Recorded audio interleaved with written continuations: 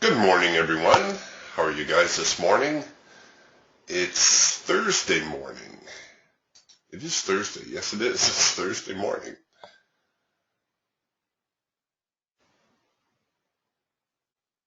All right. Let's see what we got going on here this morning. This is the NASDAQ, of course, and the diversified trading system. For those of you new in the room, here in the top left, I have the Hawk Scalper. Top right, Falcon Swing Trader. Bottom left, the Eagle Trend Trader, and the bottom right, the Raptor. We're looking at the NASDAQ here. I've also got the E-mini S&P on my other chart, as well as crude oil.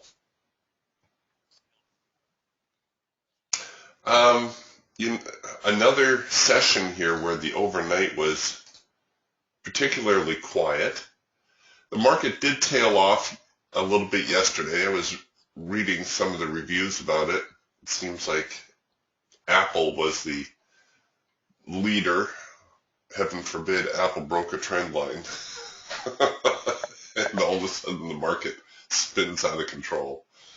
Oh, I just find it so amusing how the news always is made to fit what's going on in the market. What I thought we might try today is, I've been thinking a lot about how we were talking about yesterday, adding to positions. And it's not something that I've ever really done with DTS a whole lot. You might be surprised to know, but it's true. And so I thought maybe we would use today's session as a little bit of a lab and a look at possibly just adding to trades and seeing how that might work out. So here we've actually got a first micro-macro cross signal in the E-mini. And maybe I'll go with a slightly larger profit target. So here's the first micro-macro cross.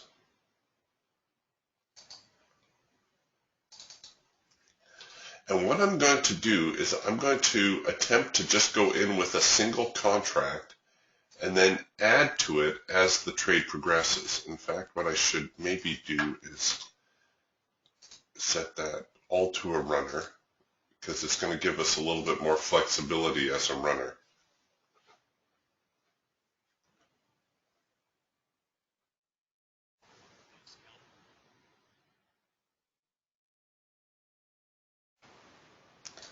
All right, I'm hearing a variety of signals. Getting a trend change. It's technically the band hasn't, or is just turning over. The problem with adding to a signal is that you pretty much are stuck watching that one signal, because we're looking now for opportunities to add to the trade.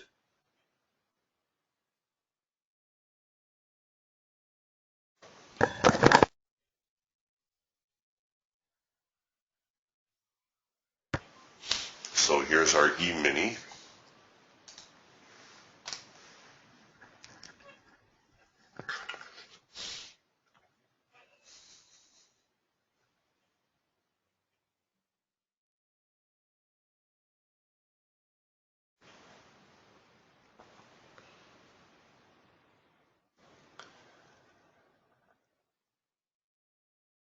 And the other thing I was going to try is I was going to try entering again with using the settings on the trade manager versus placing an order directly on the chart. Oh, I know what I was going to do. I was going to enter below here. That would be a good spot to enter.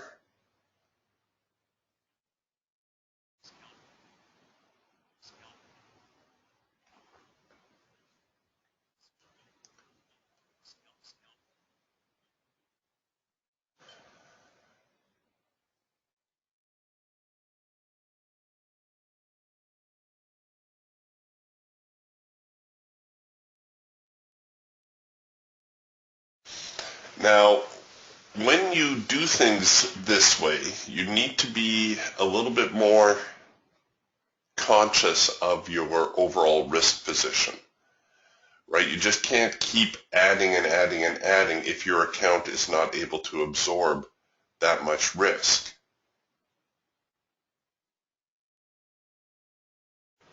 So what we'll do is, I know from the E-mini that I could probably take two positions. I could probably float two open positions here without adversely affecting my risk exposure.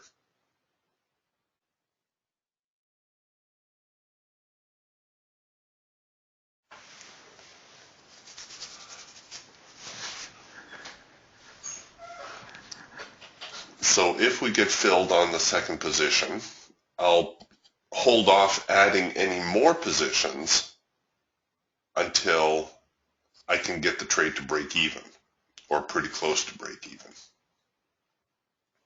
Essentially what we're going to try to do is, if we can show a profit here, we're going to be adding positions as profit allows, if it allows.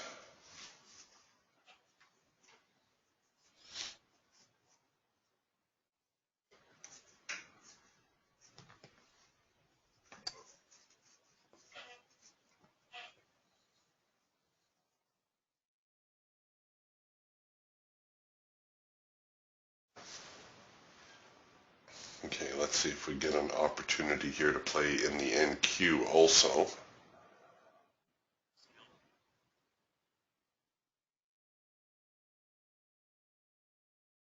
No, not yet. They're still kind of flip-flopping a little bit.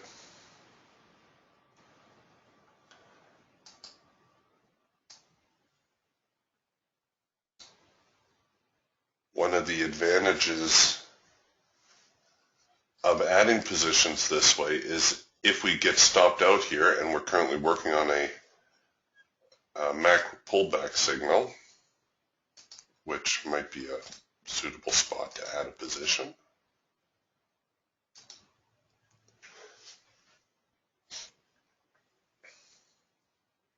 Is that it decreases your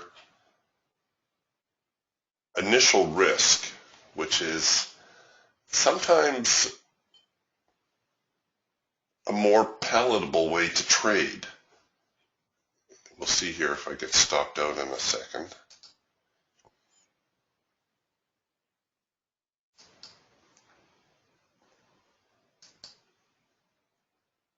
No, what I'll do is I'll leave it down here. That's the best place to enter.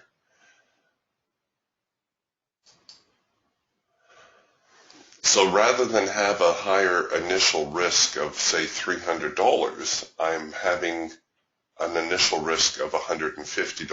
So I'm testing the waters.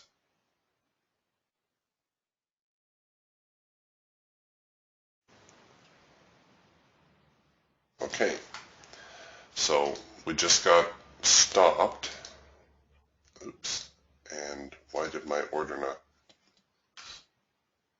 Here, let's fix that.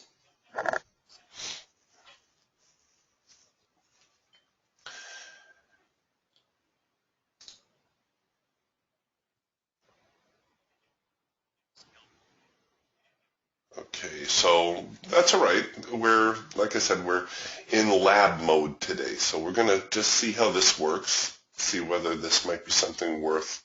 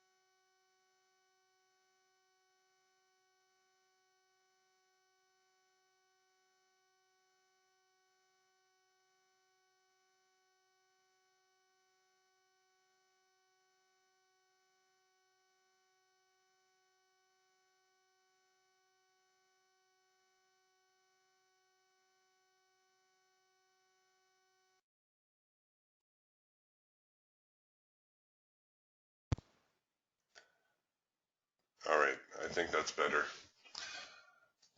My audio cut out there for a moment. Let's try this now with the first micro macro cross here on the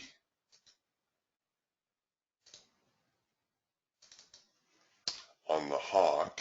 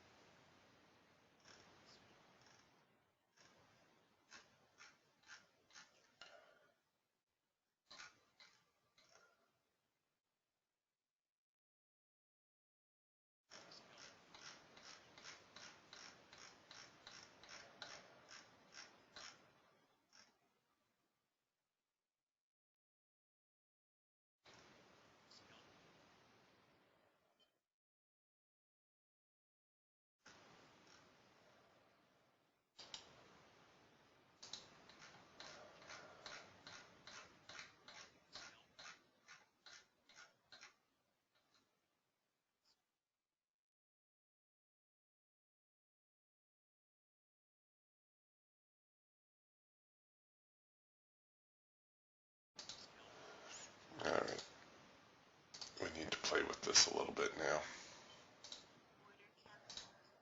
We're into a macro pullback.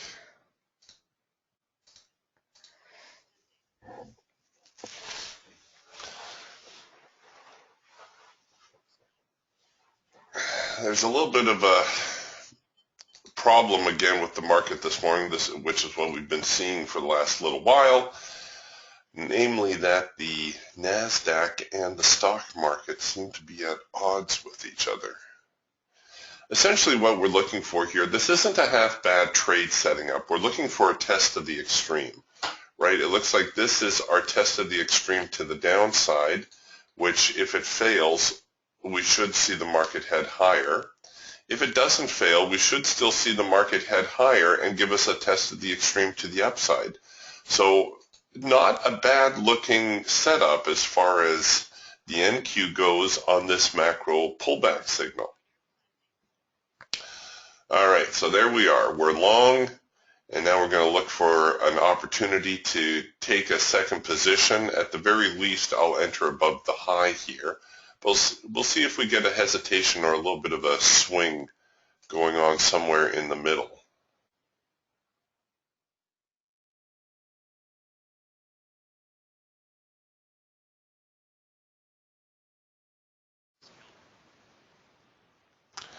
Or if this market's just going to continue to be difficult and chop back and forth.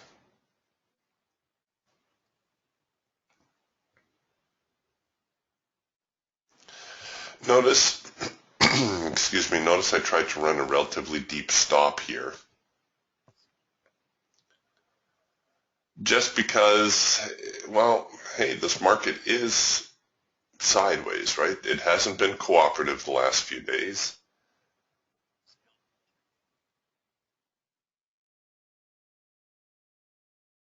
The E-mini, once again, looking a little bit on the bearish side. Now we're into yellow bars. Oh, great. Just what I want to see.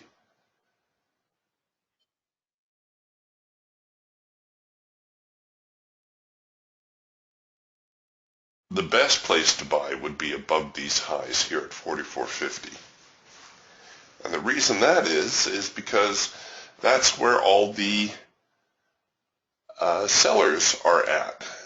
Just like the best place to sell is below these lows right here, because that's where all the buyers are at.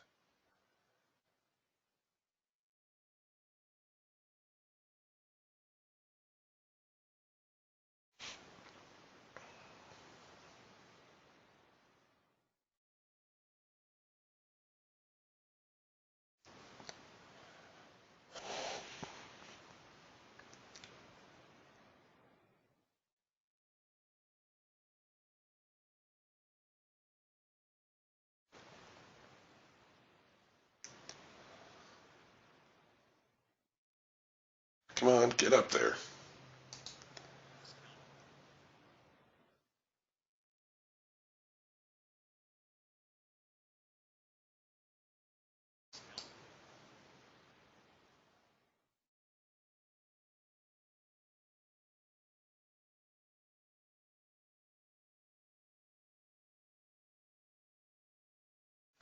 Now, as the market starts to, if it starts to rally here, I'm going to be a little bit more aggressive with my stop also.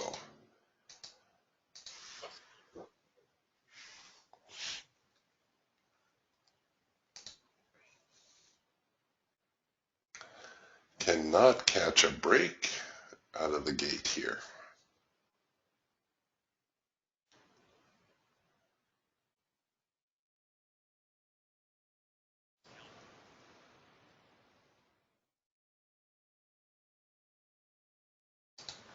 Okay, so here we go. We've got the bar forming higher, so I'm going to go with the bar high-low strategy now. So this is showing me that the buyers are actually trying to rally the market. We're buyers, so let's move along with them, and we won't give them too much room here to get their act together. Again, partly because the way the market has been trading of late.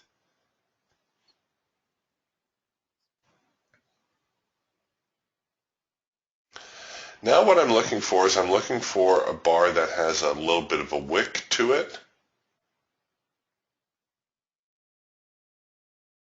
That one might do, actually.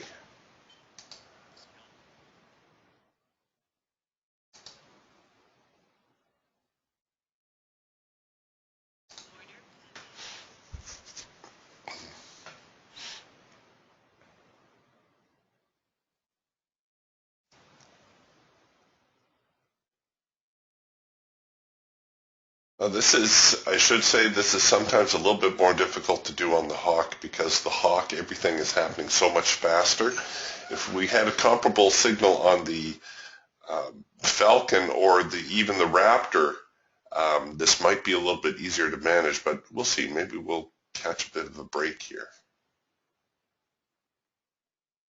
Notice that where I'm entering, the signal's also generated a warning dot. So not a bad spot, perhaps, to add a position.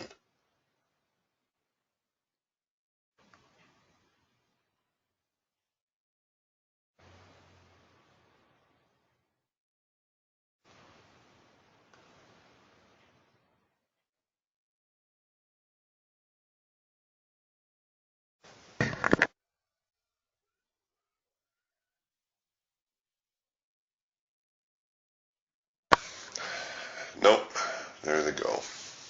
Okay, but that's all right. You see, like I said, this is the advantage of trying to do things this way, is we've limited our initial risk exposure considerably. Now, I may have to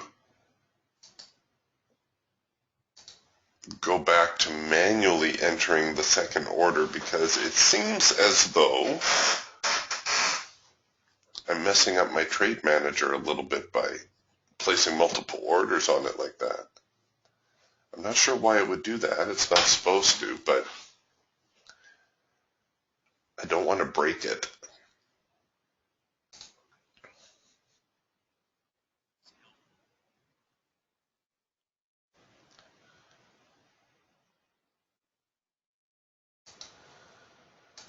Okay, here on the Falcon, we're working on an early trend change signal.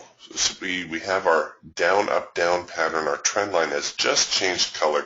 This is an earlier variation of our trend change signal.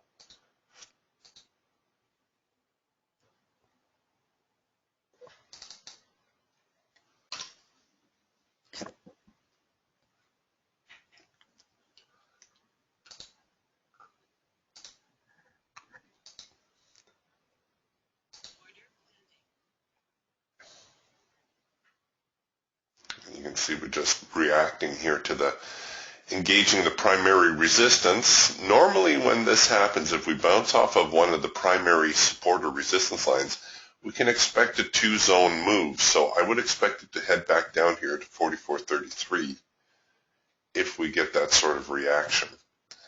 And here on the E-mini, oh, I thought we were going to get a signal on the E-mini Eagle. Hasn't happened just yet. I was going to pull that over, but looks like the NQ might be in a position to fill us.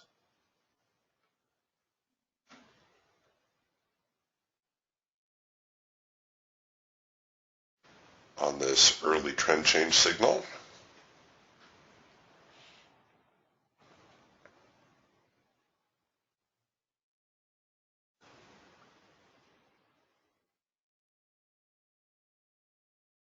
Come on, let's go.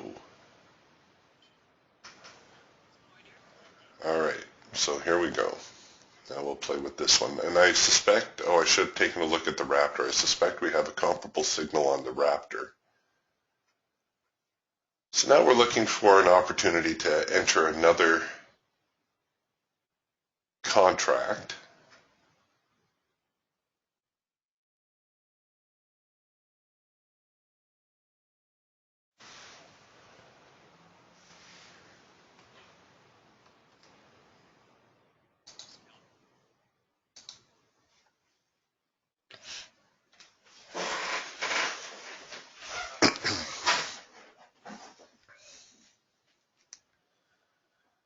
Okay, so this, you see how this bar has a wick to it?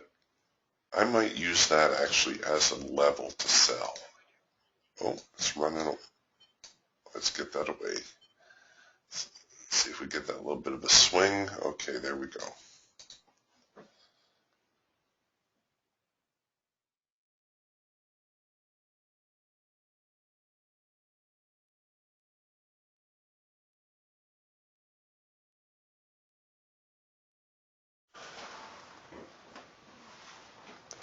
And this is what I'm doing here is I'm certainly being a lot more aggressive.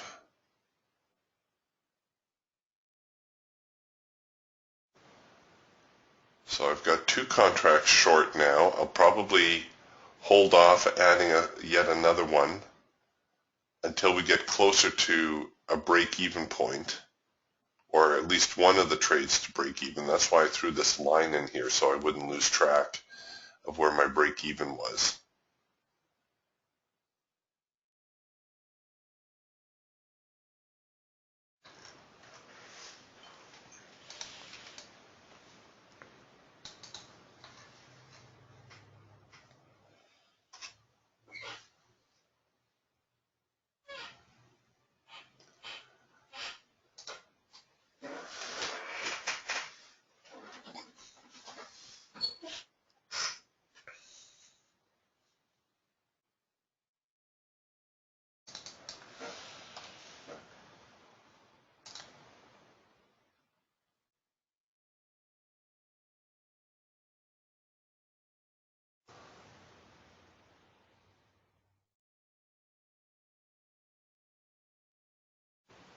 Oh, that's a good question too, Mike. Micah says, Eric, can you add more positions by using the buy market and sell market buttons? Yes, you can.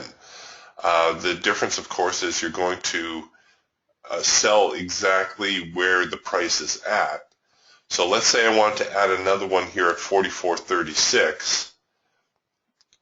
We'll wait till the market gets down there, and I'll have to watch. If it trades below 44.36, then I'll hit the sell market, and yes, that will add another position.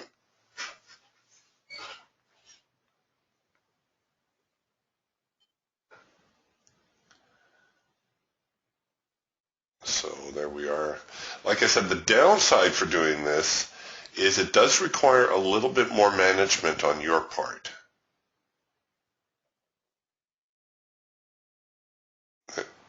There we go. There's 36, and now I'm going to bring this trade down here to break even.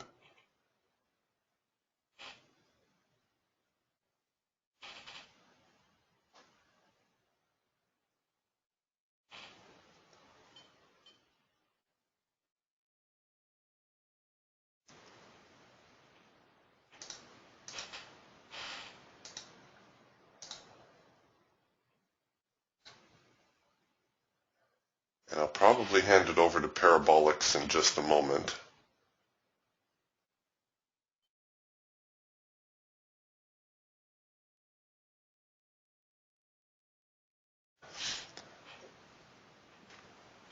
Now, the another place to enter a position would be just below here, right? Just below this swing low, or the reaction that we're going to see from it. There should be a reaction pending. Okay, we're going to go to parabolics now.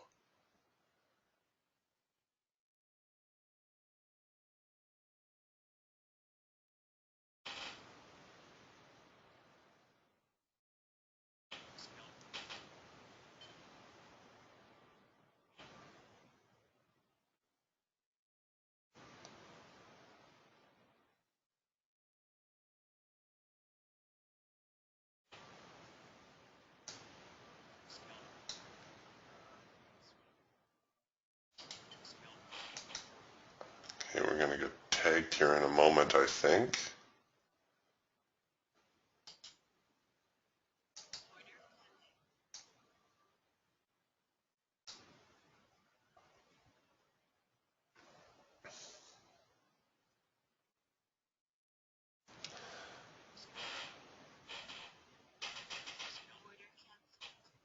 Okay.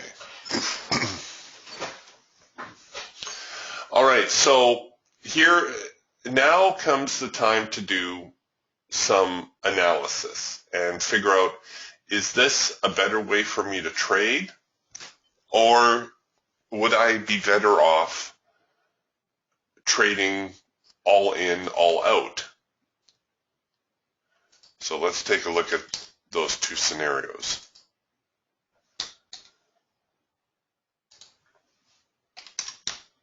Oops.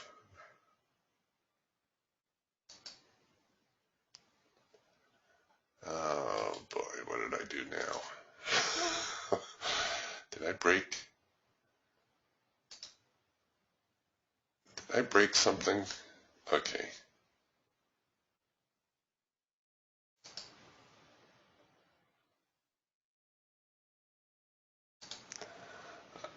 Oh my gosh, I seem to be good at breaking things today.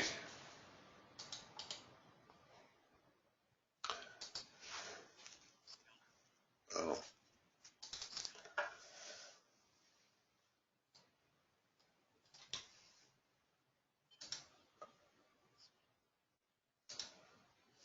Okay. Oops. And now I'm into, how did I do that? I'm into 20-minute bars. Ay, ay, ay, Eric.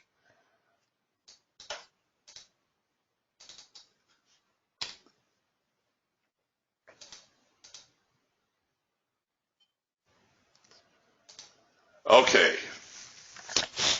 So now what we want to do is we want to take a look and see, okay, this trade worked out, 170 bucks, nothing to sneeze at.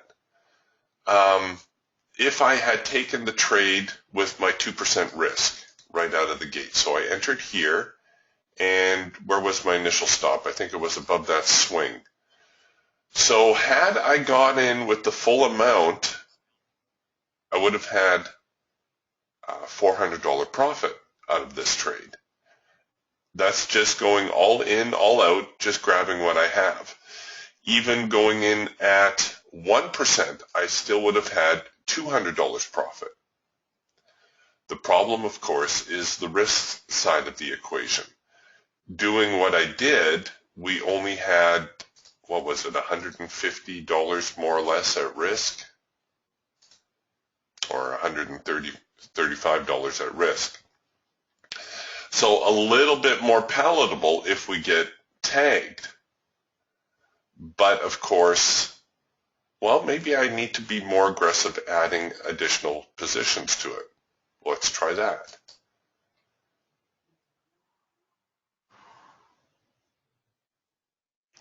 So now that we've broken here through the downside, let's see if we can put another trade on.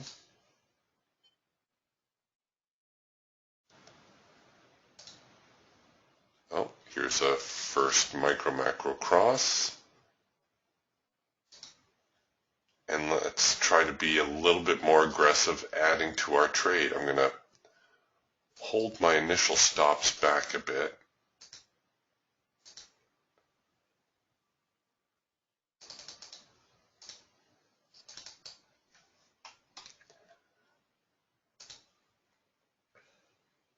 Oh, I wanted to go to manual mode here. Just a moment.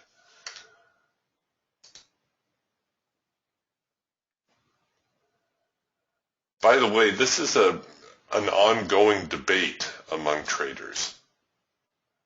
Which is the better way to trade? Is it better to trade more aggressively? Is it better to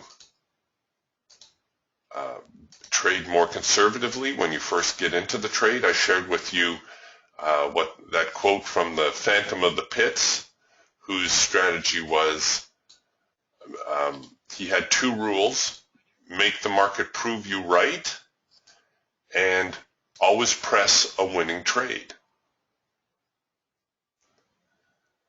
So let's see what happens if we press the trade a little bit harder this time.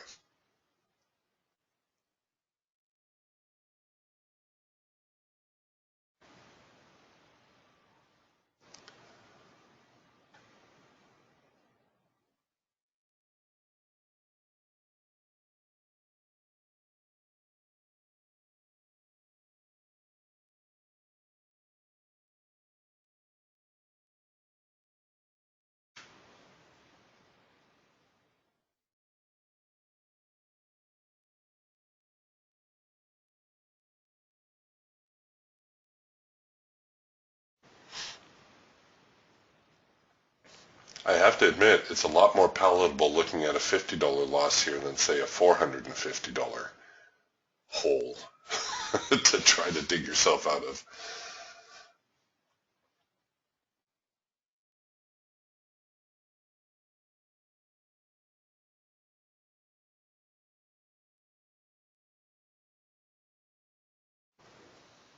Oh, and again, we're waffling. We must be back at some significant low. Let's take a look here on the Eagle. Oh, yeah, there you go. Yesterday's low affecting how the market is printing a signal now.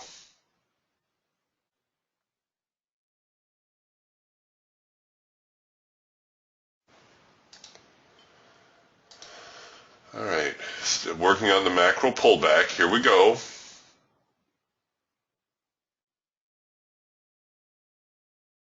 Oh, and I think what I'll do, oops, sorry, didn't mean to cancel both orders.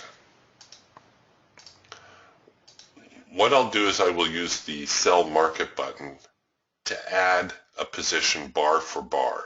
So as each bar completes,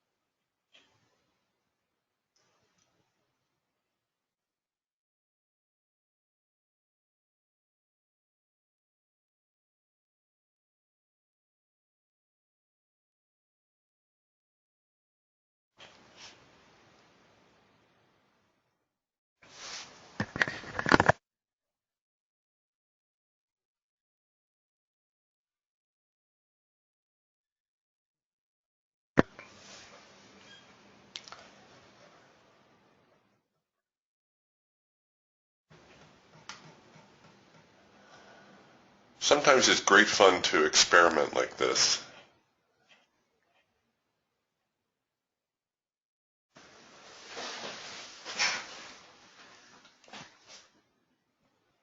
If the market gives us something to experiment with, of course.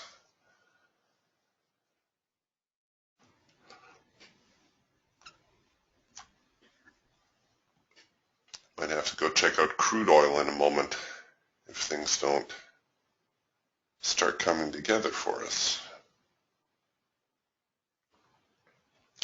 This low right here is a biggie. This whole 44.30 area, 44.30, 31. Okay. All right. So now we're going to go bar for bar. So at 44.32, I'll sell another.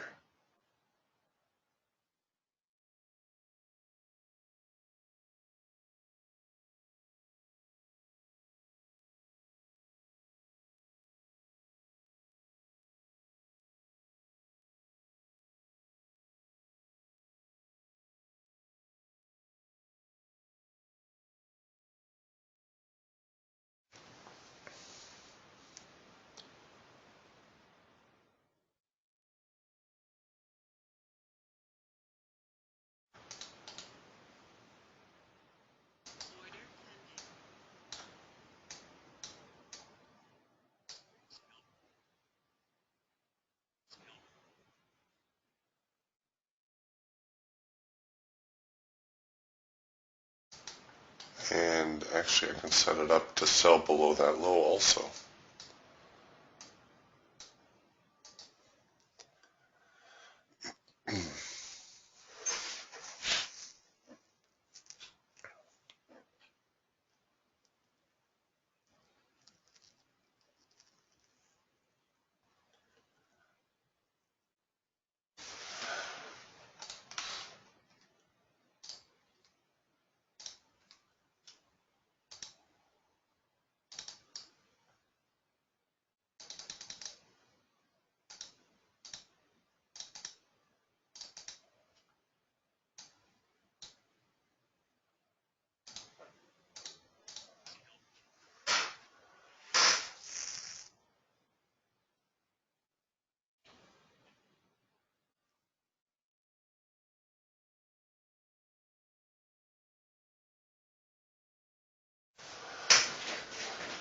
Oh, come on.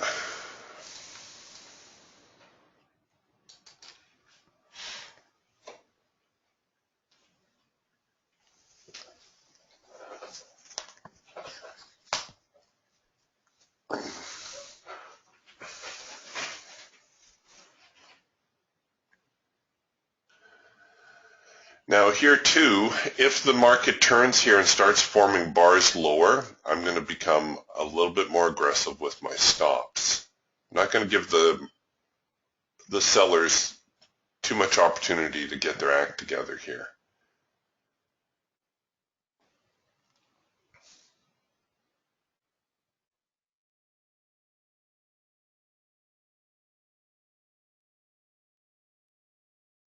Getting a late filter entry signal in crude oil. For those of you watching crude, let me pull that over here real quick. Oop, just tripped. So here's a late filter entry on our Falcon. Trend line did not change color. Filter did. Everything comes back into sync. I'll just throw this on here and see how the trade will work out. Very high probability signal. Definitely a signal that we'd like to look for. All right, so the sellers have kind of dug in. Oops, a daisy. Sellers have dug in here.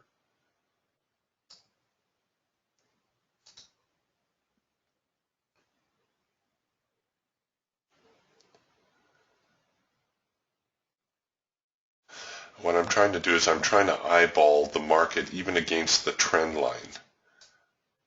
And sometimes a macro trend line is a good gauge also. Because if the market continues to drift, what we're getting here is a 4-arrow consolidation also. So once we get our next warning dot and sell signal, that is also a good selling opportunity. Of course, there is a possibility that the market's going to try to drift into this trend line, which is why I'm trying to gauge my stop against the trend line also.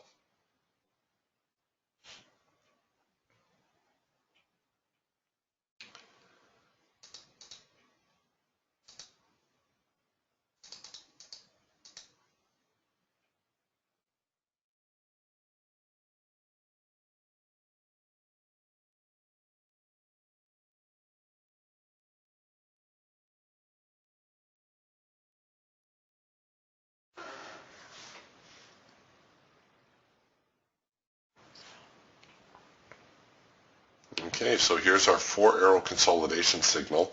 If the market trips down here, essentially where we're looking to enter our second position, around this 44.33 1/4 area, or 44.33 even, that might be a good spot at which to sell.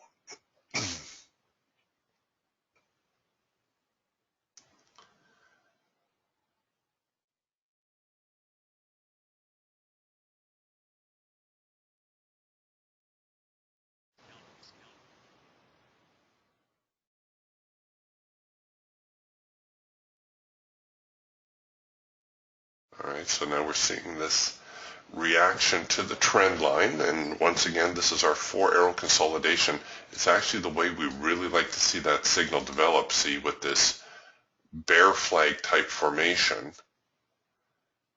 Here's our 4th dot, so we would look to enter here at 44.34 1/2.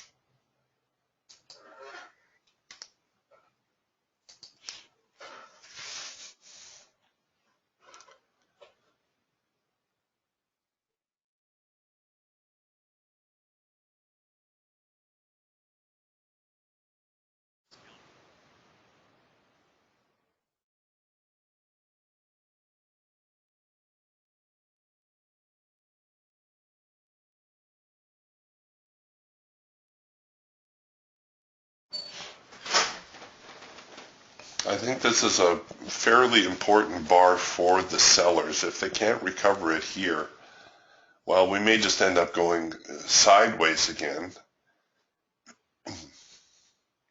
But if they can't recover it here, then they obviously don't have control of the market.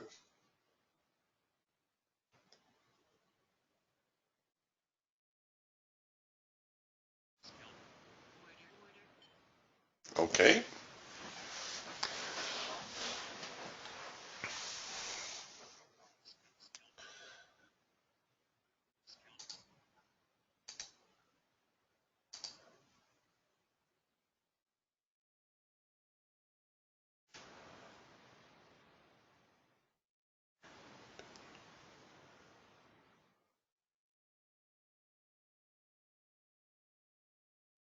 It is still a 4-arrow consolidation. I'm debating whether I should try to go in on it again. The 4-arrow consolidation is the only signal that I would take off of a yellow bar. All right, here we go. And I'll risk it initially up above this swing.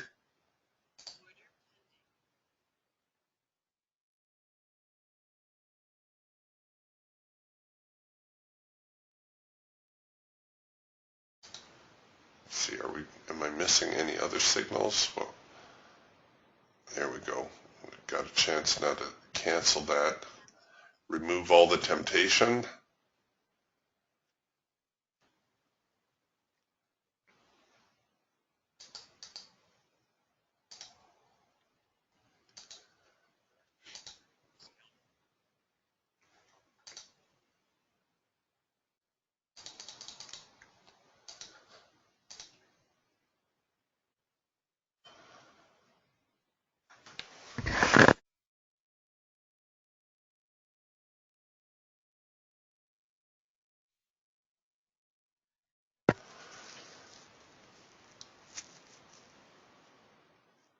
Wow, nobody is playing nice today. The E-mini sideways, crude oil sideways, the NASDAQ sideways.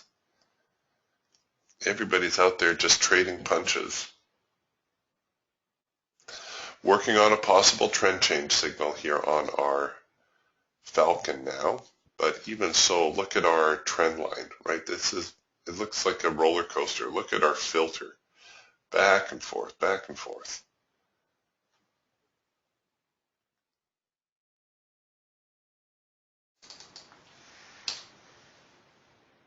Actually, our strategy today may not be a bad way to go, given that this market is not really giving us much follow through. Okay, I'm going to be back in a moment. Just going to get myself something to drink.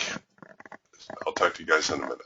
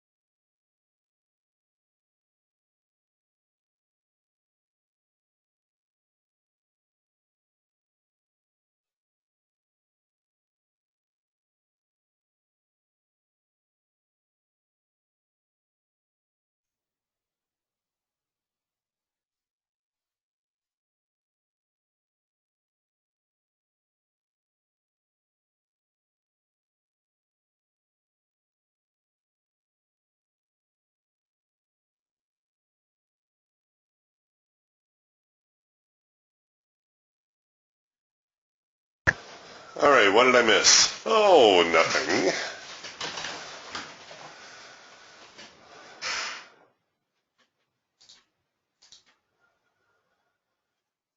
Okay, here's the E-mini. We can try this again on the hawk.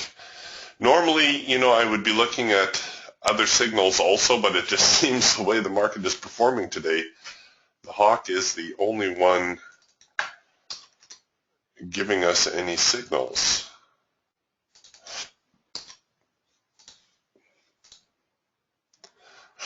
So this is a macro pullback signal. Let's see. Can I risk it up to there? Ooh. I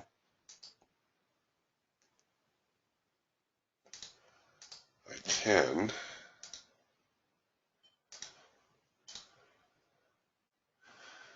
That's the problem with the E-mini.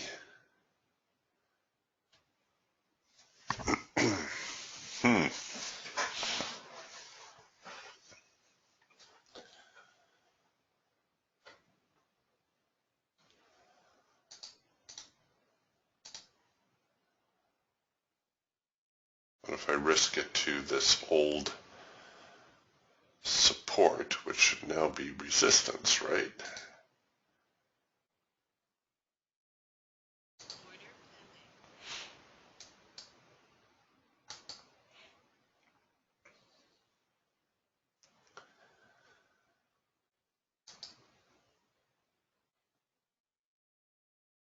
Oh, here's the NQ. We're getting a green bar sell that we can play with.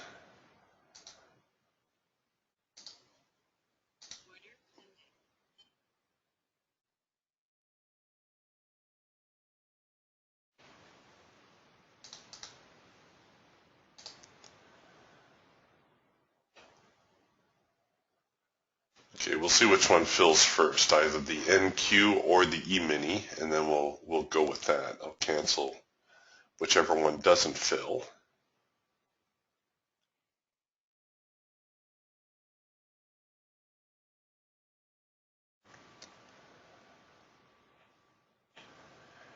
And in a few minutes, oh, almost working on a first micro-macro cross to the upside.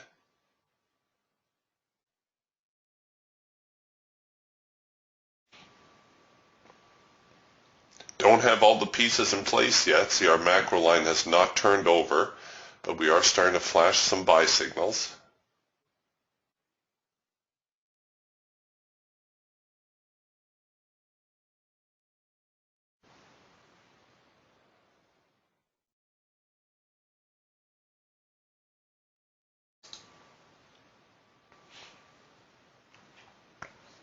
The Falcon's the only one that's looking even moderately bullish at the moment here on the NQ. Our trend line has flipped over. We did get an early trend change signal here.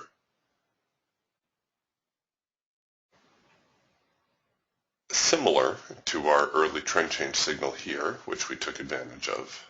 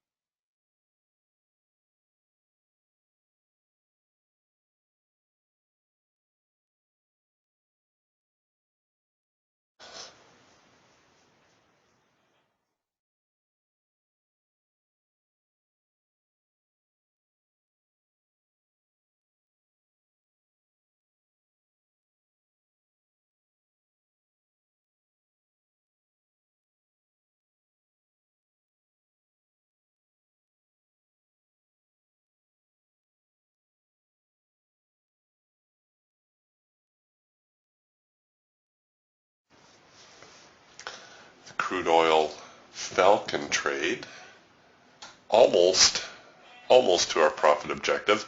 If you are in this trade, this bar here with this really long wick to it might be a good spot to roll your stops or even roll them up to break even. See, as we get closer to these swing lows and this secondary support line, there's a chance there's going to be a little buying going on, and that might be enough to cause the market to bounce on you.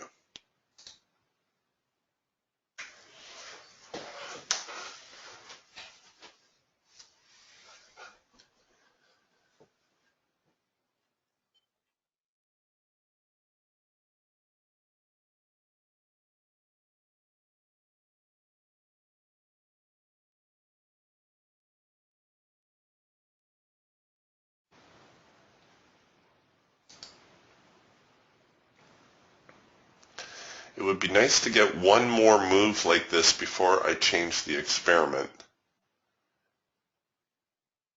And we're going to try something different.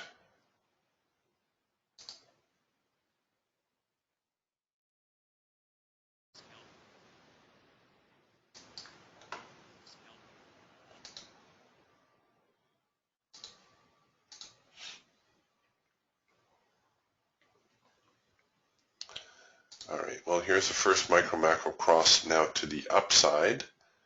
It has turned over.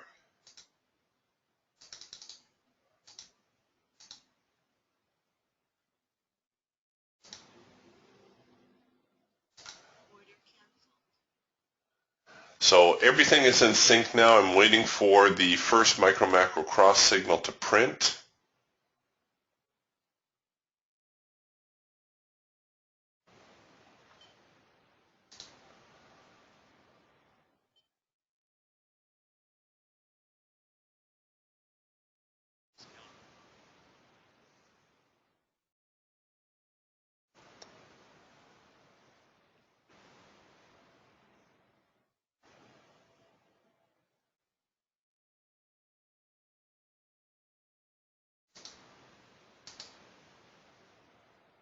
E-mini still holding tough on that macro pullback signal.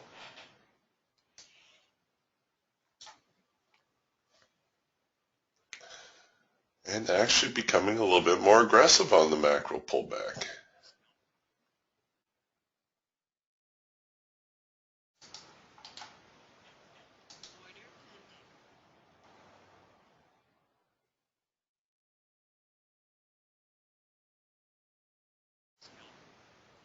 All right, looks like they might bring us in here.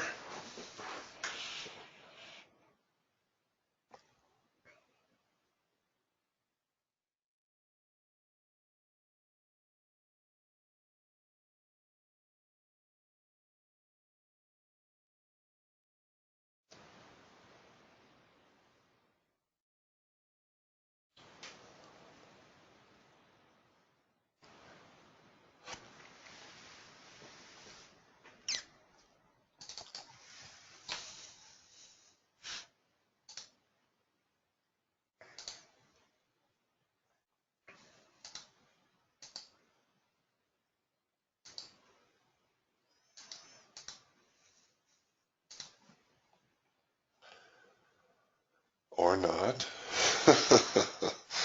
Oy.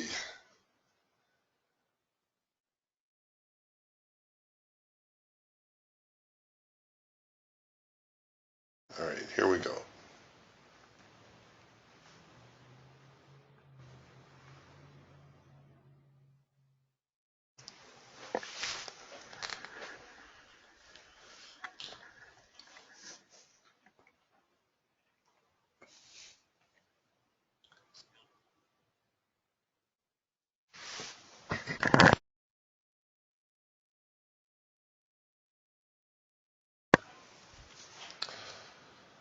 Oh boy, if this isn't borderline painful.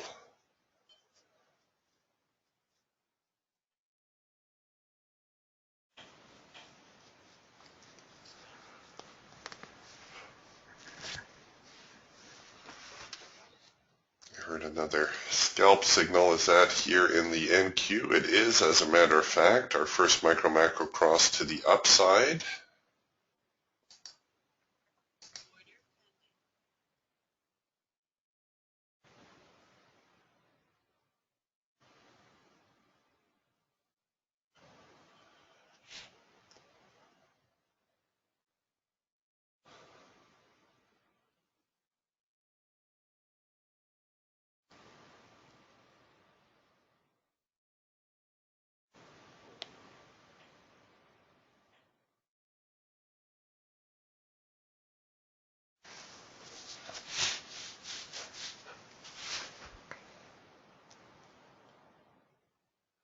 Oh, Fred's asking what's the sell stop order here on the E-mini below my order.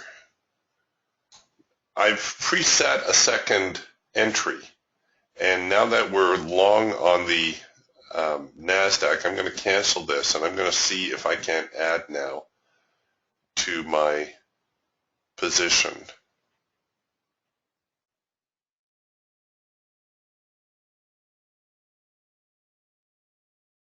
So I'm going to look for a logical place to add to this trade.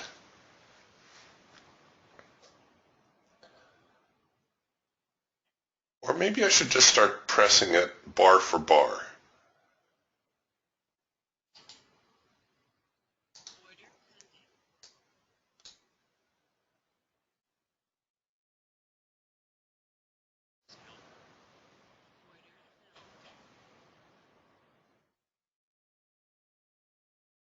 So my initial entry was right here.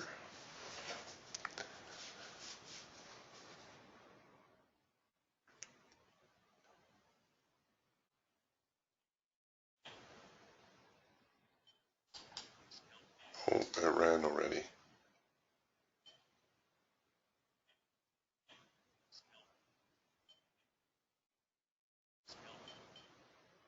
Yeah, I should have. I was going to try to get it in bar for bar. Yes, I could have hit the buy market button.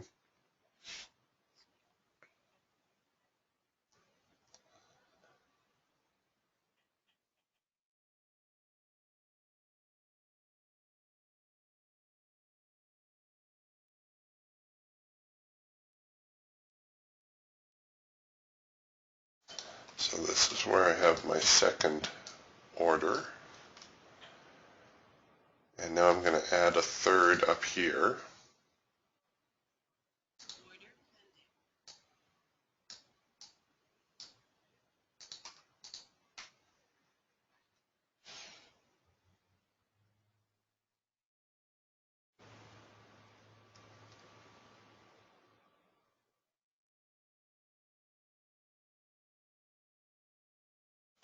Now trading this way also, you got to temper your objectives.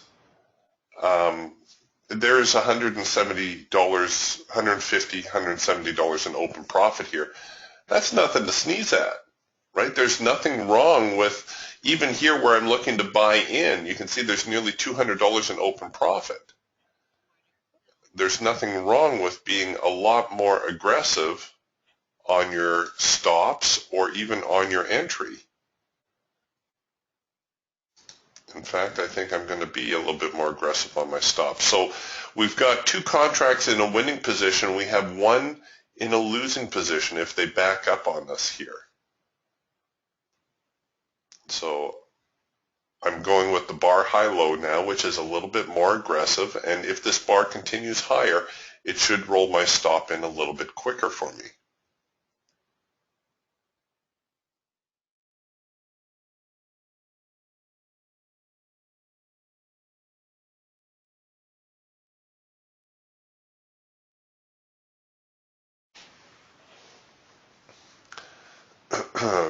Oh, Peter says, good morning, Eric.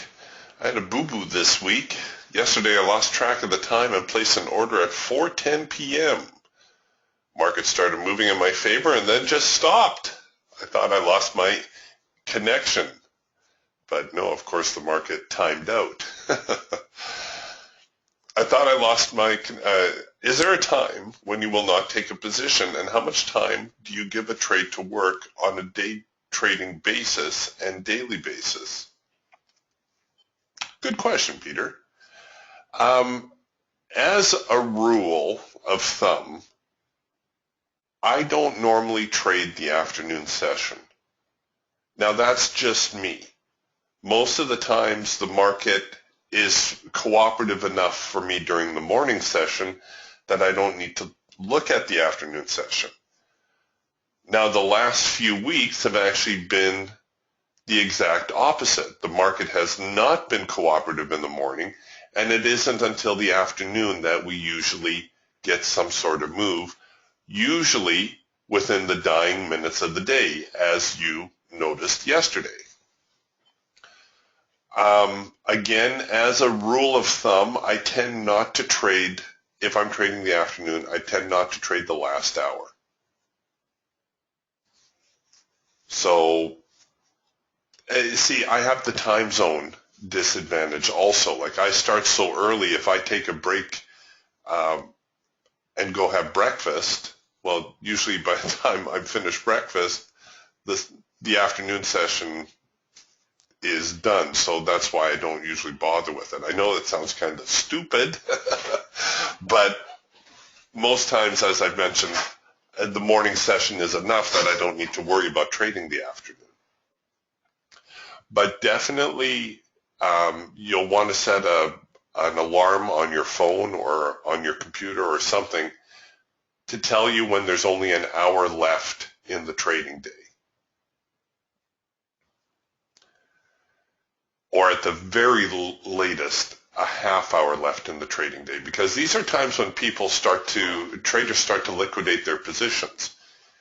The traders have different objectives for their trades. Sometimes they'll be holding longer, and they'll have more of a daily bias, and they'll buy or sell on the signal that they see early in the day, run an enormous stop, and then close out their position at the end of the day.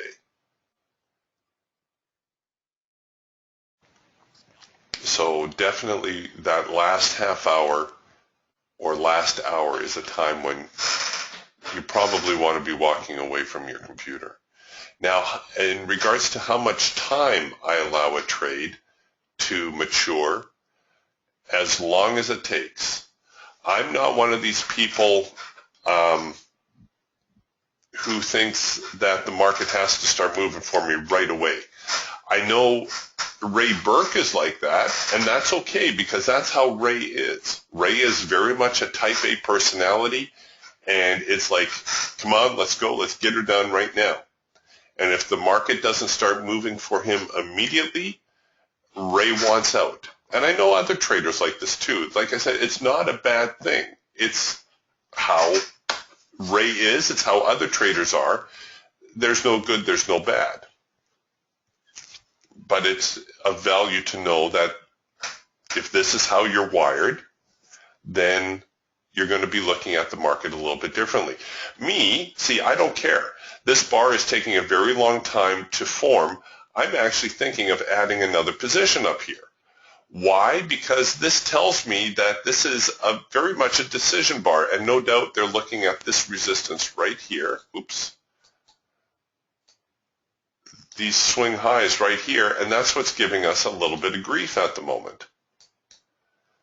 So even though this bar is taking a good 5-6 minutes to form, that does not bother me. That actually encourages me, because that tells me, yeah, there's some active selling going on here. If we break these highs, we could see a little bit of a hop to the upside.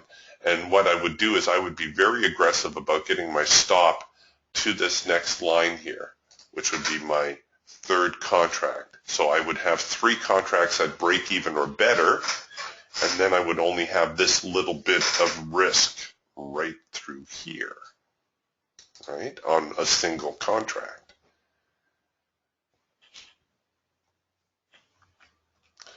And on a daily basis, if you're trading end of day, same thing. I don't really care how long it takes for a trade to mature. I'll give it as much time as it needs. So sometimes I'm in an end of day trade. If the market's on fire, I'm in and out in a day. Typically 2 to 3 days, most times less than a week, unless we happen to catch a really strong move, in which case I might be in as long as 2 weeks, but very rarely am I in a trade for longer than that for an end-of-day trade. That's actually pretty unusual. Most of my end-of-day trades are a week or less.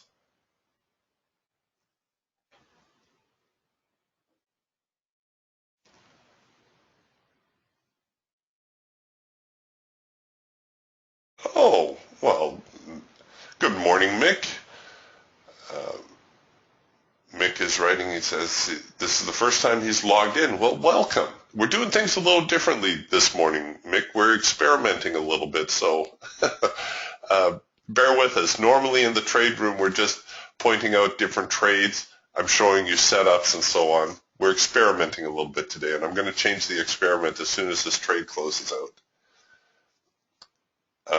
Mick lives in Macaw, and he asks, where am I? I am in the beautiful Pacific Northwest on Vancouver Island in Canada, British Columbia, in a little community called Duncan, just outside of Victoria, which is the capital of BC. It's not like most capital cities, though. It's relatively small, especially by American standards. There's only about 250,000 people in Greater Victoria.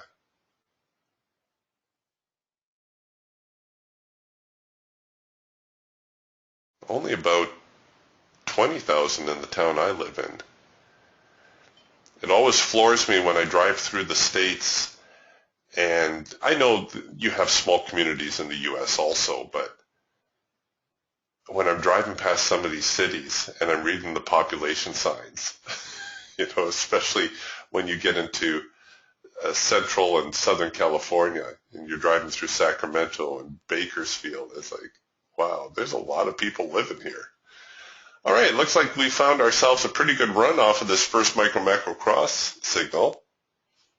Yes, Mick says it's a nice place. Yes, it is a very nice place here on Vancouver Island. Okay, so I'm currently long 4 contracts. That's not bad. You can see we're doing pretty well for ourselves. At the moment, we're tipping $500, or we were for a second. We've locked in 305 currently, the way our stop is. So we've got all 4 trades at break even now. And let's see, shall I press the trade again? Oh, why not? That's why we do this, right? Let's press this trade one more time. So I'm going to look to enter another contract up here.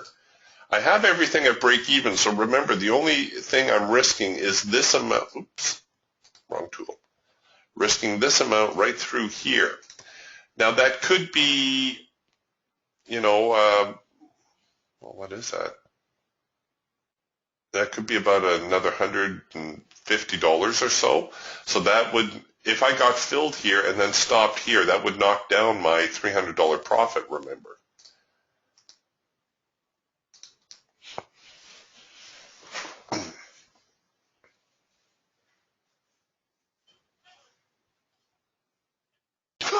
Oh, wow. Mick says Macaw is only 10 square miles. That's small. You can ride your bike around that. Okay. Well, that was, what's going on there? Oh, yes, right, because we took an initial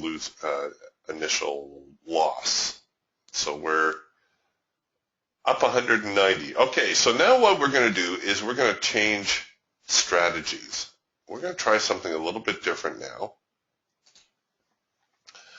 What I want to do now is I want to compare what we have been doing with trading size, but with a tighter profit objective. So normally we have a profit target of $50 per contract.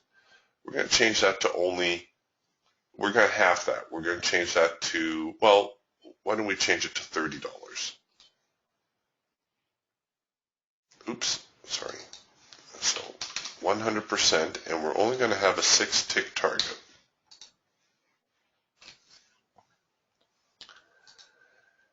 But what I want to do is I want to be more aggressive with the stop. So normally you see me do things like this, where I'm going to run, my stop down here. And I'm always encouraging you to do this to give your trade a chance. But watch what happens if I run a tighter stop. Notice how our quantity increases. Our risk does not change, right? We're still risking 2% of our account, but notice how our quantity changes. So our profit, our potential profit, is what really changes when we run a much tighter trade. Okay, let's see if we can get another signal brewing. Getting a possible trend change signal here in crude oil. And it's harder to do this on a market like crude just because of the tick value. But let's see if I run a tight stop on this. I'm still only in with 2. What if I run a looser one? Yeah, we're in with 1.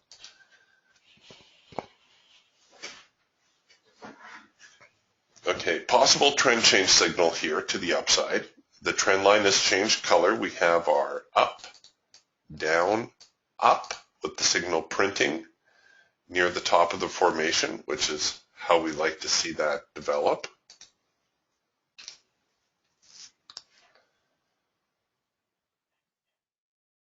Crude oil, a little bit more of a downtrend today.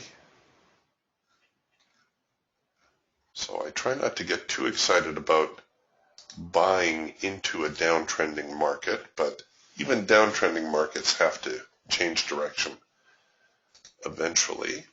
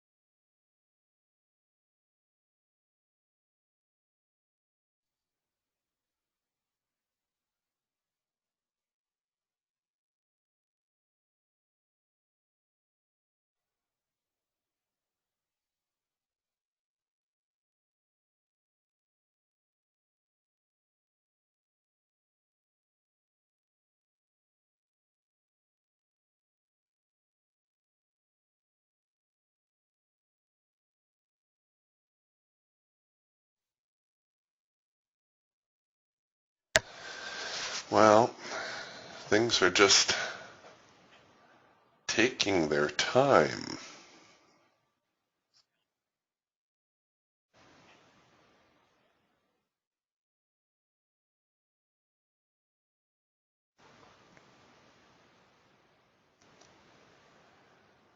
I have to admit, though, that especially on a day like today, I don't mind this particular strategy. You know, we took a couple early hits, but we've managed to recover. You know, we've managed to make a little bit of money in the Falcon trade also. So for the most part, we've done pretty well containing our risk exposure.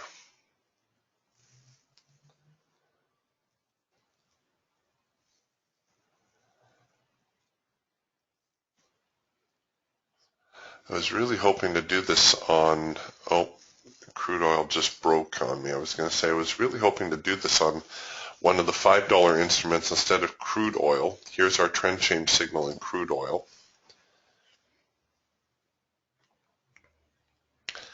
And they were just kissing our profit target. So what I'm attempting to do this time around is take size, but run a much tighter profit objective. Actually, I should see here whether that one reached our profit target or not. Oh, just kiss the profit target. This isn't really one of the signals that we're looking for, although we might be seeing a little bit of a retest there.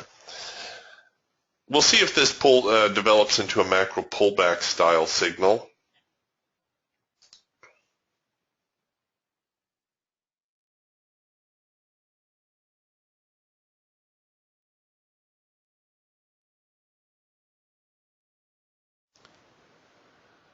Sometimes this is the hard part in trading, waiting for the higher probability signal.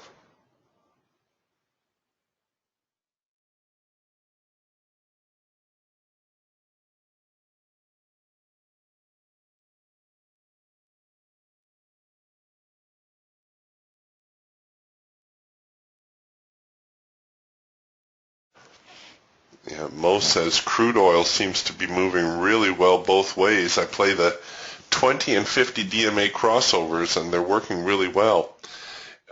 Crude oil almost seems to be the only market that is going anywhere of late, Mo. I agree with that.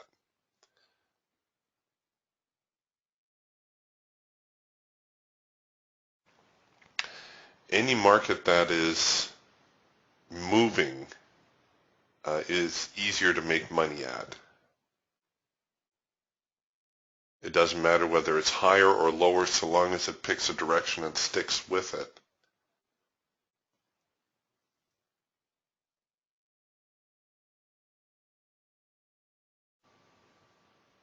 Yeah, Mo says even the late night moves in crude have been good. Crude is a good all-round market, as is gold. If you're trading in different time zones, like Mick in Macau, gold is a good one to watch during your daytime, Mick. And yes, good night. He says it's 11:45 for him.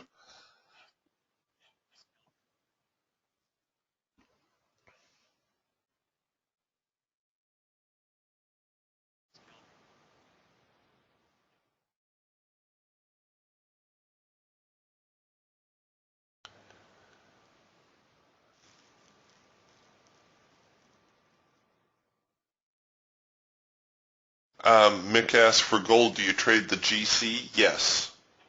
You can look at the mini also, but normally the big contract is the one that I look at.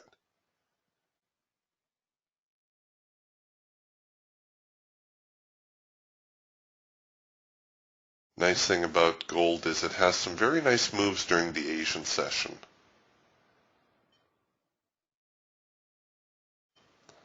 Nice thing about trading nowadays is it is pretty much a global activity, and you can find something to trade regardless of where you live.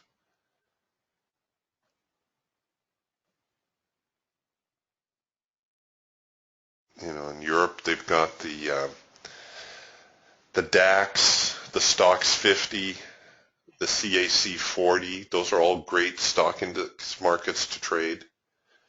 In Asia, of course, there's the Hang Seng and the Nikkei.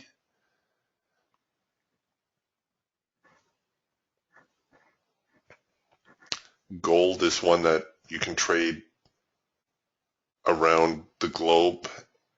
You can also trade whatever currency you're looking at. The NASDAQ is becoming more of a global market too, although the last week we haven't seen very much in the overnight sessions. And of course, crude.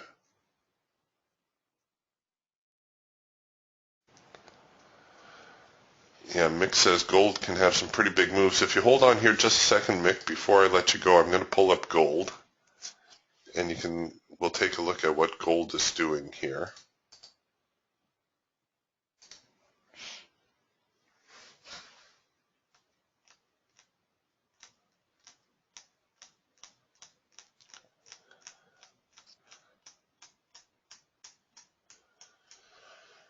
Okay, so a real quick overview of gold today. I'm just going to let the rest of this finish loading so I don't break the software.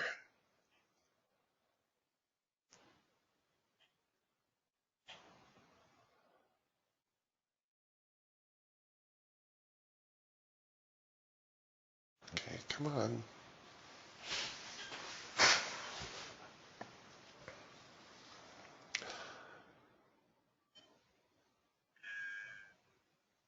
Here we go.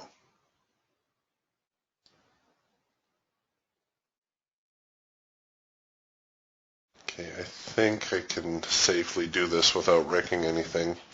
All right, so here's gold near our open, a very nice first micro-macro cross signal. I want to scroll back here, though, to what would have been more in mixed time zone, which would be right about here. This is near the Asian open, and you can see we had a nice macro pullback signal, and that progressed all through the overnight, came back with another macro pullback signal right here, And again, just an outstanding move. 3 macro pullback signals. We know we normally only see 2 within a trend, so I would start to get a little suspicious when we see this third one. But that one too at least found our high probability profit target before backing off a little bit. So there's what gold did last night. Let's take a look just really quickly at the Falcon. Yeah, actually, I might start leaving gold up here because look at that. That was a fantastic little trend change signal here near our open. And as you can imagine, there would have been a comparable signal here. Once again, the Asian Open right about here. Nice trend change signal, textbook practically. Nice little bounce off of primary support. And again, great follow through. Here's a late filter entry signal. Very high probability signal, and another trend line touch signal. So a great session there on the Falcon also. Let's take a look at the Eagle. And the Eagle was actually a little late tripping. It didn't trip until the London Open. We did get an early signal here. Honestly, on the Eagle, it would have been difficult to get a hold of. But this is the same signal that we saw on the Falcon and the Hawk. But the Eagle, being the trending tool that it is, doesn't always fire the fastest, right? It's going to be a little bit more selective. It came through with a trend signal right here, took the meat out of the trade, and that was shortly after the London Open. And before I let you go, we'll take a look here at the Raptor. See what the Raptor has been doing. Good trend change signal out of the morning session here for us. A lot of chop here in the latter part of the Euro session. And the Raptor here too came with an early signal, probably not one you would have taken advantage of, but here it also fired almost in sync with the Eagle, a little bit earlier actually. Just prior to the London Open, this would have been around the German Open, and the market took a nice little rally from there. So gold, again, one of those markets you can see seems to perform well in all time frames. So definitely, if there's one market that's global, I would say it's probably gold. And the nice thing about the DTS system, though, because we get warning dots and such, a lot of times we're able to see the signal develop before it actually prints. So we get a little bit of an early warning so that hopefully we can take advantage of a signal that's building.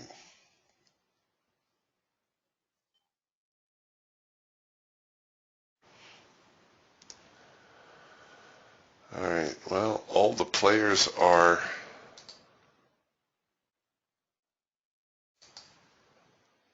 happy where they are. Everything's slowed down again.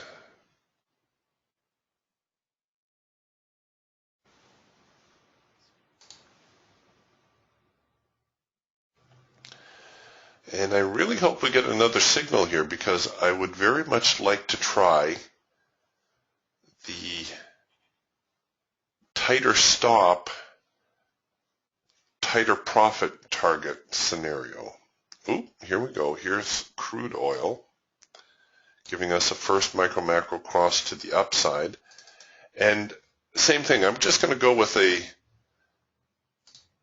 $30 objective, which is nothing in crude oil, and I'm going to run, well, I'm only going to get 2 contracts out of that. All right, let's go with our $50 objective in crude.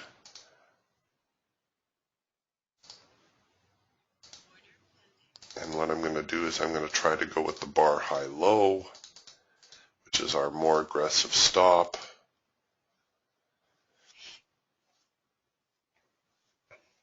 I'm going to try to go in with size. So I'm looking for short-term momentum.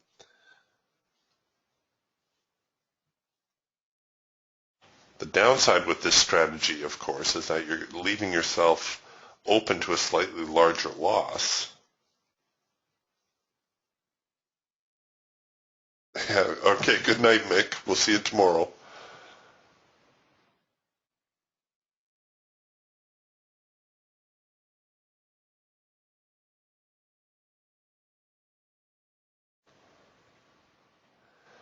I try to get to bed at a decent hour too because, obviously I've got to be up for a 6:30 open my time. But if I ever do find myself awake in the wee hours, I will check out the DAX or the Stocks 50.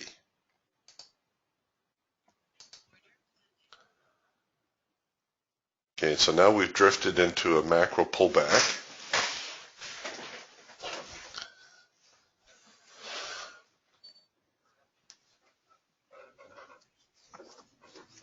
And quite honestly, this trade does not thrill me because, the market's been very much in a downtrend, and this is shaping up to be like a bear flag.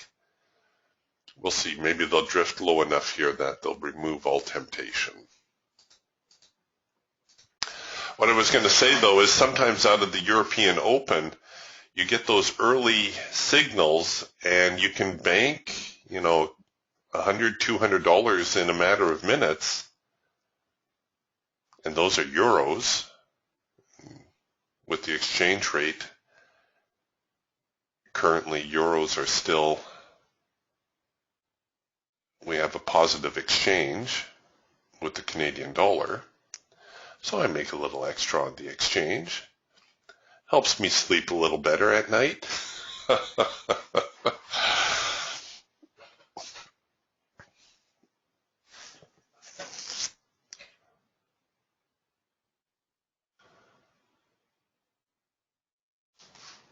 Oh, Dustin asks, when do you find time to trade live doing this room? Sometimes I'll trade the afternoon for my own. A lot of times when I'm doing the room, I don't bother day trading. I just concentrate on end of day trades.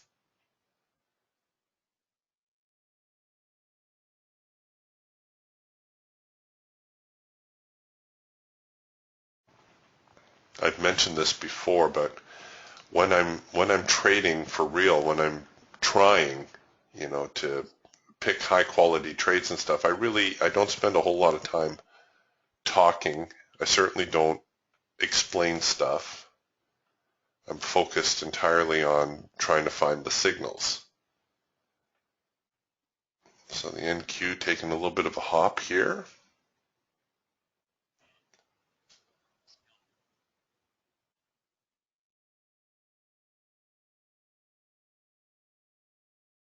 I tell you folks, I have not seen a stock market like this for the longest time.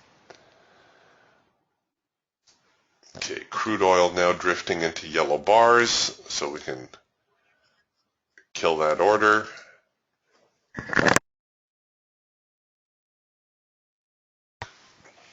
Good news, bad news, no news, it doesn't matter. The market just puts in one high after the next, after the next. Dustin asks, can DTS be traded end of day? No, unfortunately it cannot. I've been talking to Adam about a end of day tool, but the problem with the DTS system and trading end of day is the chart style. The mean Renko bars don't lend themselves well to end of day trading.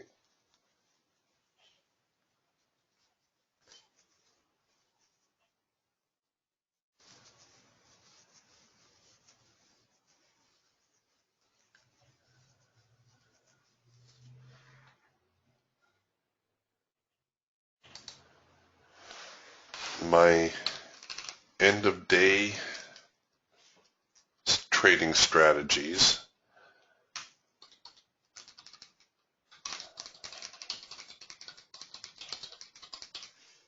are all at my support and resistance site.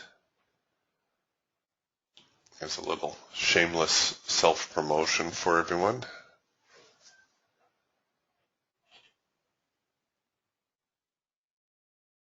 that site was initially developed with the smaller position trader in mind.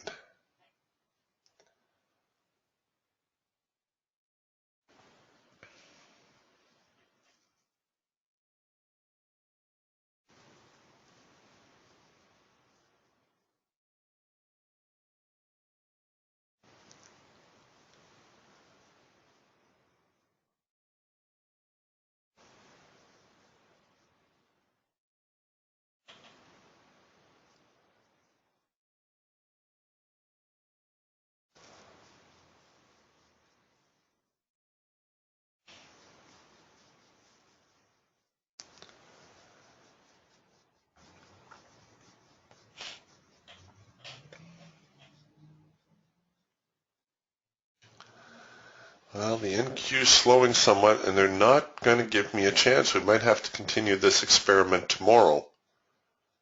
Oh, shoot, Eric? I did have a chance here. What was I looking at? Doggone it. So here we had an opportunity in the Falcon that I totally missed. And so what we would look at doing is we would look at reducing our profit objective and going in with size. Running a tighter stop in order to get the greater position size, but not making the market work as hard to get to our target. Now, of course, the downside is if you don't see immediate momentum, you're going to take a rather substantial hit. The upside is you're not looking for a whole lot of momentum.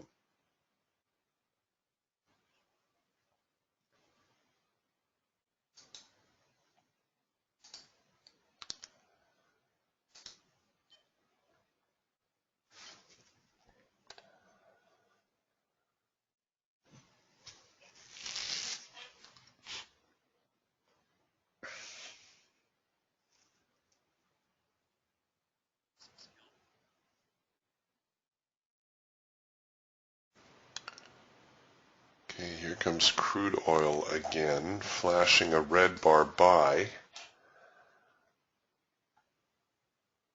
which we might look at taking the failure of. So we'll see if this actually develops into a red bar buy signal, and then I can set up to sell it below the red bar buy.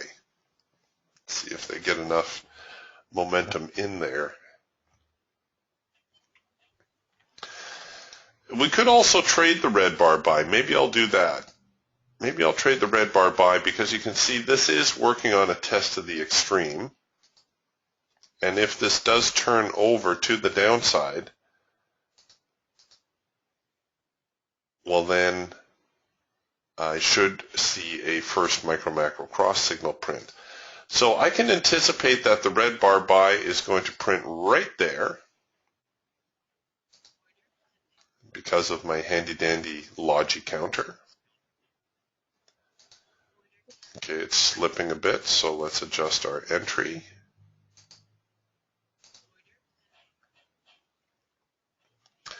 And once again, what I've done is I've reduced my profit objective. I'm trying to run a tighter stop so I can maintain size. And let's see if we can't catch a 5-tick hiccup in crude oil.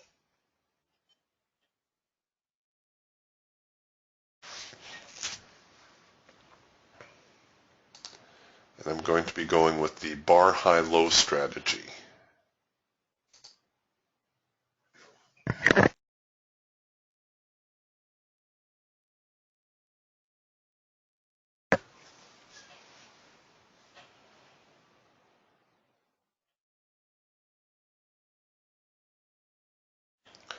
Which is, once again, a very aggressive stop strategy, or a more aggressive stop strategy, I should say.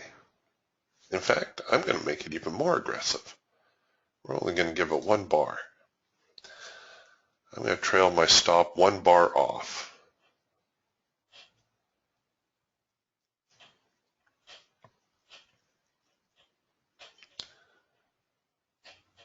So that's really asking a lot out of this market.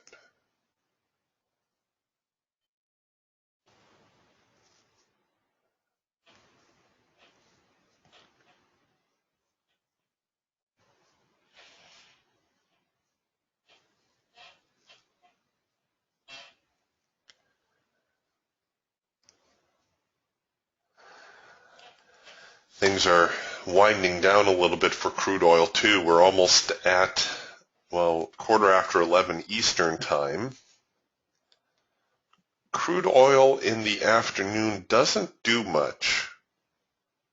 I know things pick up again toward the evening and certainly through the Euro sessions. But the North American afternoon market for crude tends to be pretty soft.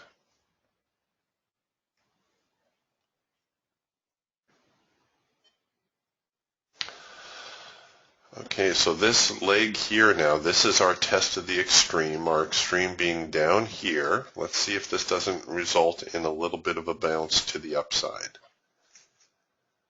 Everything is live. Yep, there we go. Okay, come on, crude.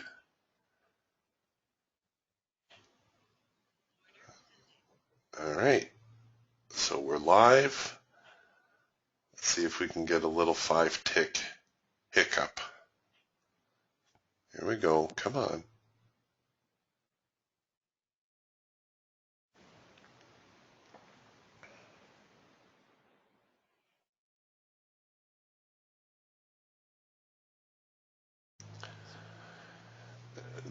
Another, well, I don't really want to call it a downside.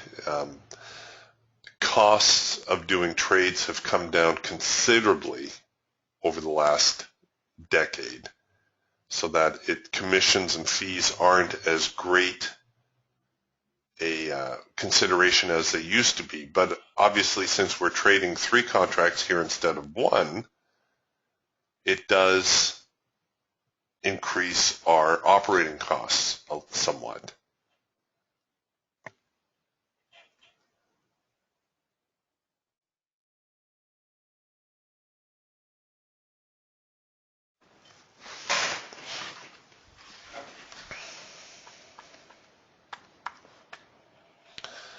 So had I done this the other way we were doing this, I would have $140 at risk at the moment instead of $420.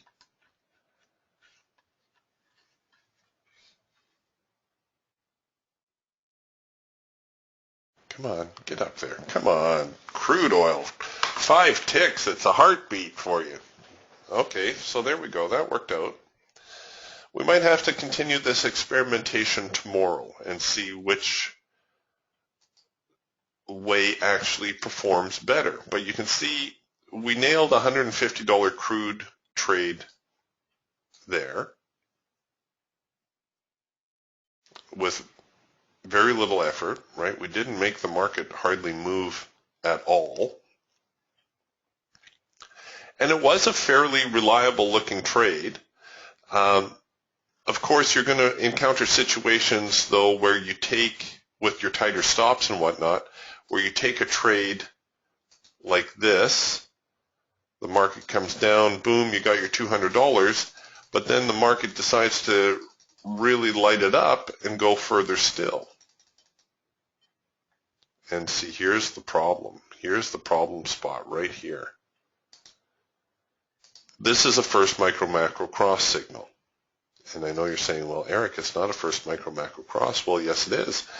Our chart has gone out of sync. Our trend lines are out of sync. Our filter is out of sync. Everything comes back into sync. This is as good as a first micro-macro cross. Let's see if we hit our profit objective before it backs up and hits our stop. No.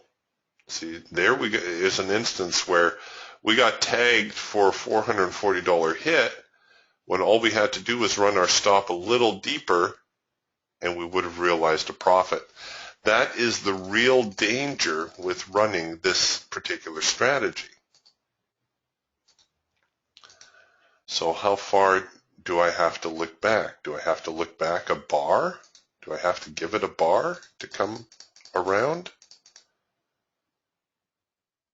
Let's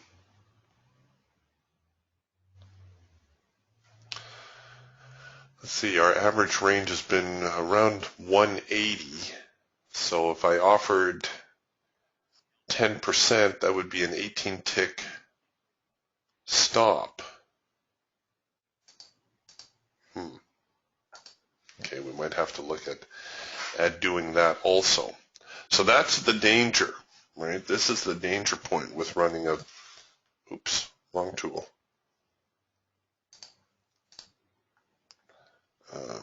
Shoot, go away, there. This is the danger spot right here.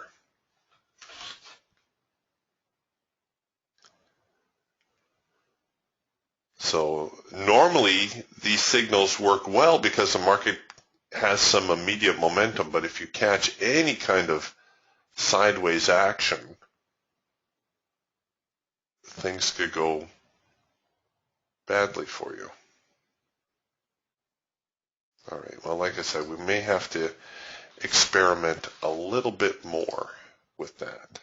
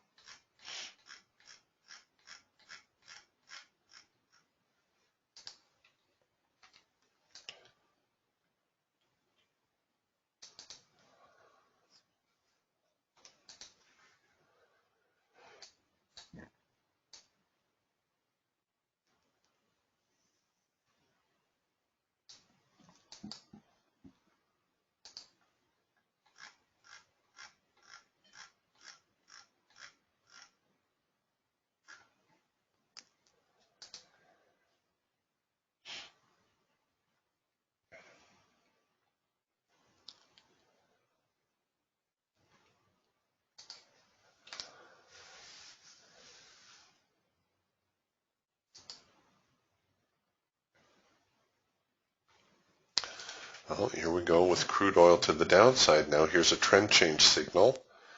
So I'm going to reduce my profit objective. We're going to be all in, all out, and I'm going to run a really tight stop. Let's run it above that swing.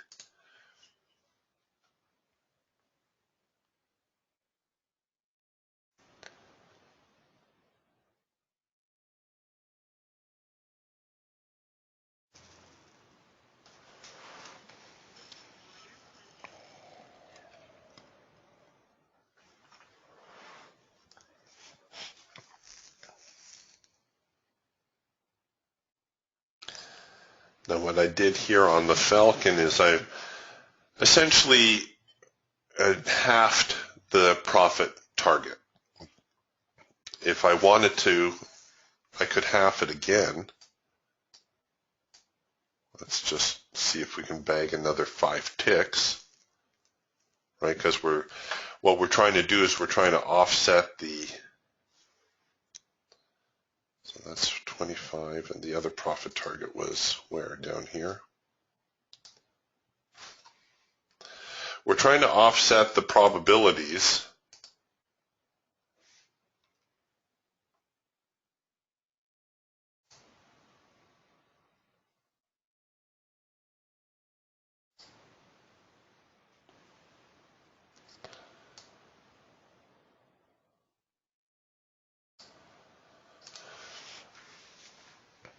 of high probability profit targets with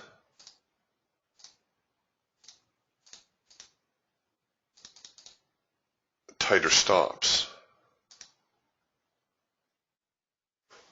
And what I should have done is actually set it up like that. Only go 2 bars back.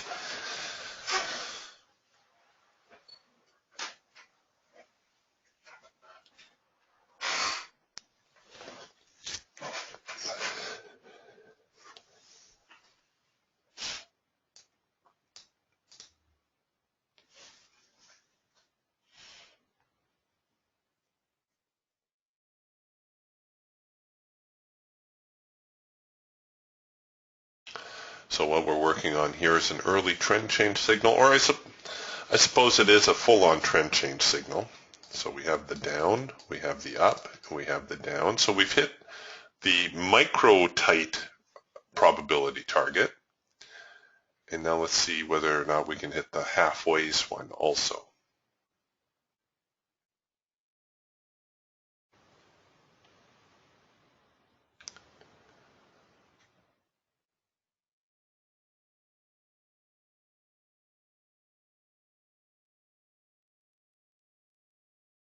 And I'm just curious, had I gone in there, oh, see, I could have picked up another couple contracts on it.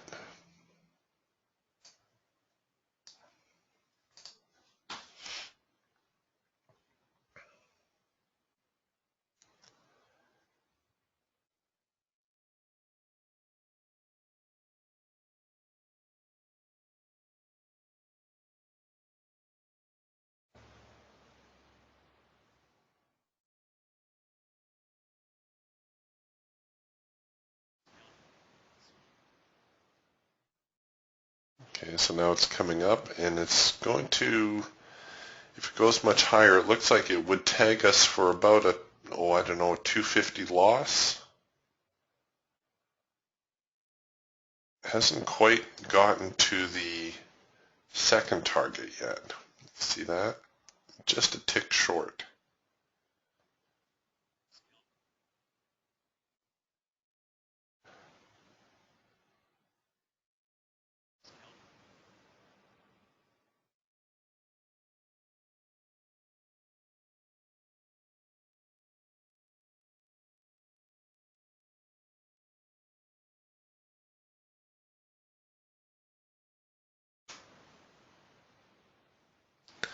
What it is, it's essentially a scalper mentality across the board.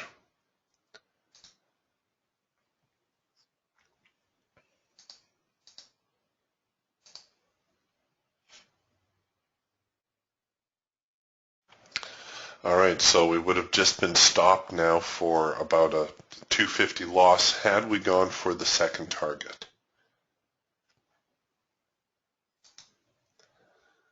Oh, so much to play with.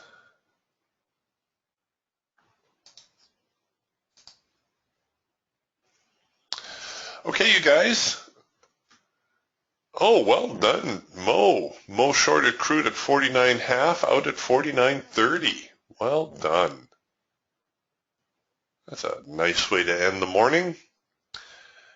On that note, we'll see you guys tomorrow morning, and yeah, we'll see how the market's shaping up. We might